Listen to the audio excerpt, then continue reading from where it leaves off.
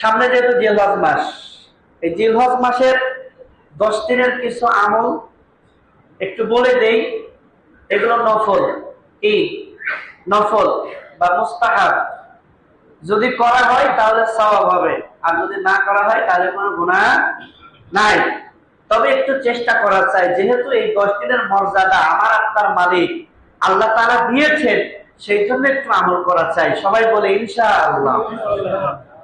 তো সর্বপ্রথম আমি আপনাদেরকে যে হাদিস শোনাইতে চাই, আল্লাহ রাসূল বলেছেন, মামিন আইয়ামিনিল আমালুস সালিহু ফিহা আহাব্বু ইলাল্লাহি মিন হাযিহিল আইয়াম, ইয়ানি আইয়ামাল আশরি। আল্লাহ রাসূল বলতেছেন যে জিলহজ মাসের 10 দিনের যে আমল, এই আমলগুলো আল্লাহ তাআলার কাছে এত বেশি প্রিয়, পৃথিবীর অন্য কোন দিনের আমল আল্লাহ তাআলার কাছে এত প্রিয় না। সুবহানাল্লাহ।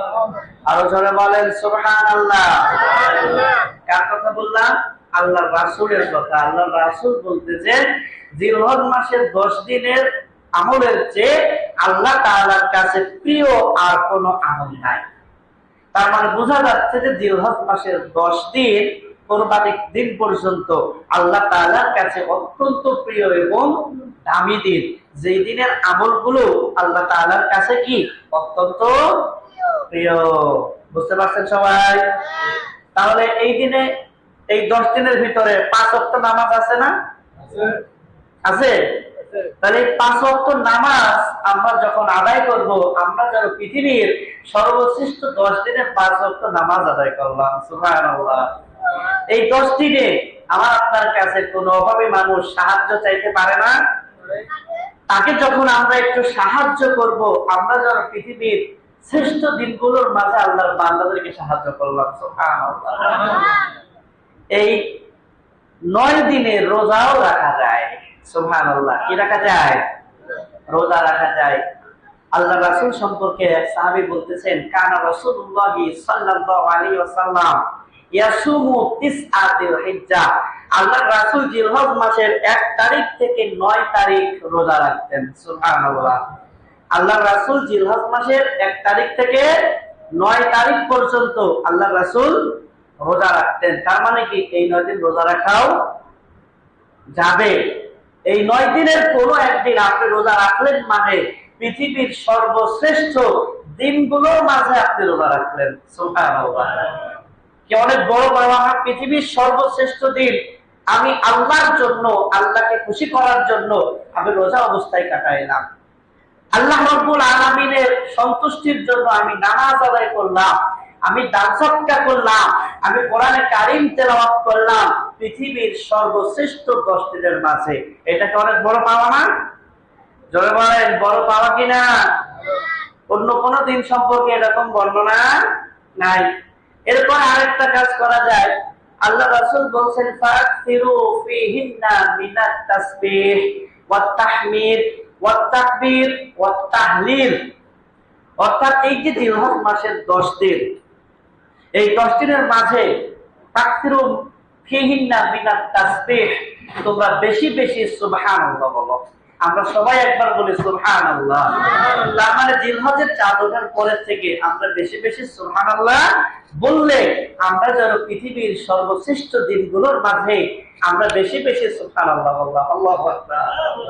এরপর আল্লাহ রাসূল বলছেন মিনাত তাহমিদ, অর্থাৎ এই দিনগুলোতে বেশি বেশি আলহামদুলিল্লাহ বলো। বেশি বেশি আলহামদুলিল্লাহ যখন এই দিনগুলোর মাঝে বলো, তখন যেন আমরা পৃথিবীর সর্বশ্রেষ্ঠ দিনগুলোর মাঝে আলহামদুলিল্লাহ বললাম। সুবহানাল্লাহ। তাহলিল, আল্লাহ রাসূল বলছেন তাহলিল, তার মানে হচ্ছে লা ইলাহা ইল্লাল্লাহ, বেশি বেশি বলো।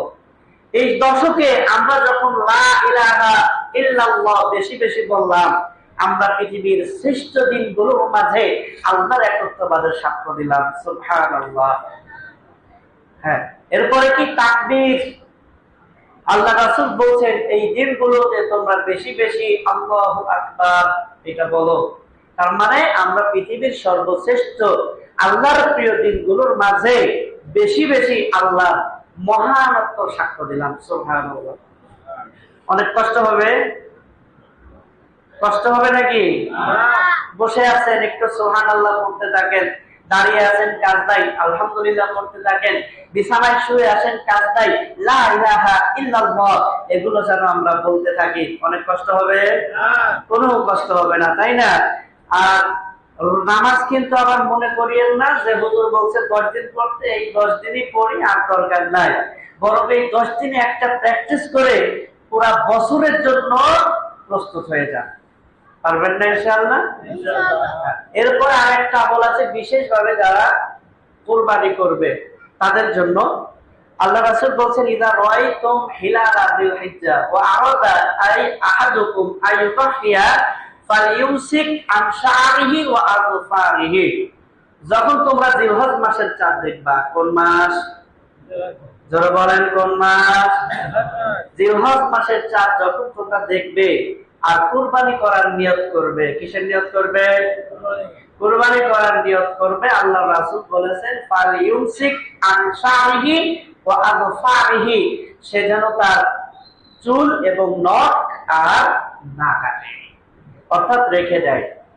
এই দিনগুলোতে হাজী সাহেবরা তারাও চুলও কাটে না, নখও কাটতে পারে না।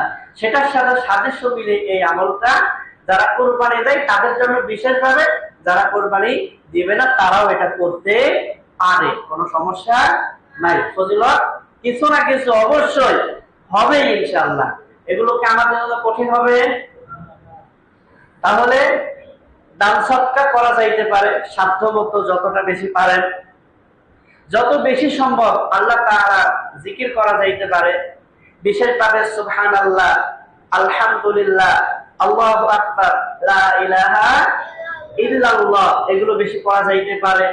রোজাও রাখা যাবে 1 তারিখ থেকে 9 তারিখ। আর কোরবানির দিন যারা কোরবানি করবে তারা সর্বপ্রথম কোরবানির পশু জবাই করে ওইটার কোনো অংশ দিয়ে প্রথম খাবারটা খাবে। আল্লাহ রাব্বুল আলামিন আমাদের সবাইকে জিলহজ মাসের এই আমলগুলো করার তৌফিক দান করুন। সকলে বলুন আমিন। আরেকটা